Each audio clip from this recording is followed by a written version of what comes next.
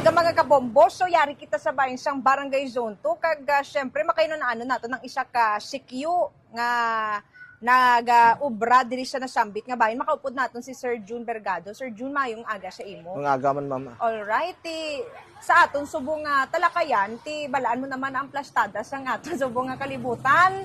In short, crisis gid, pamangkoton ka namon, ano ang imo nga masiling sa ongoing nga crisis kan eksperyensyahan natin, especially kita nga mga Pilipino.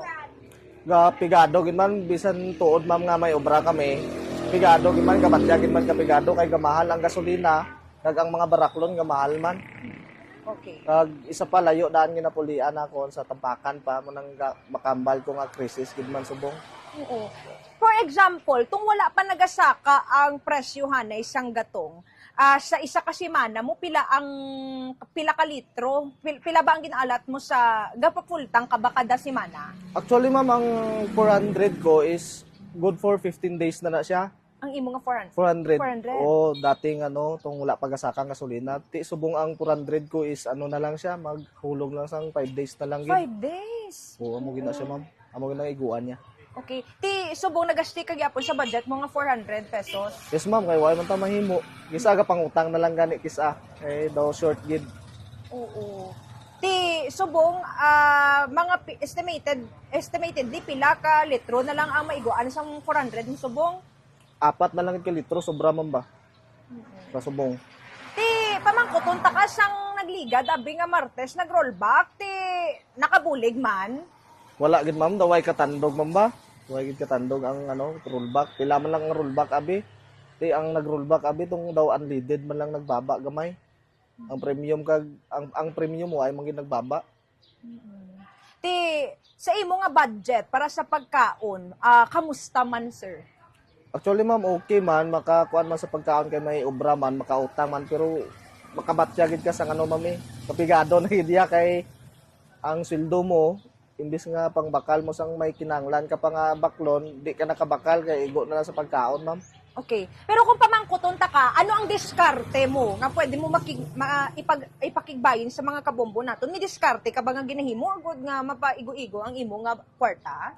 May diskarte ma'am, tipid-tipid lang gid. Katipid lang gid kay igoon mo lang gid imo nga sweldo for 15 days nga maka-survive. Pero kung gid hindi gid maka-survive, pangitaan mo naman diskarte nga makautang ka.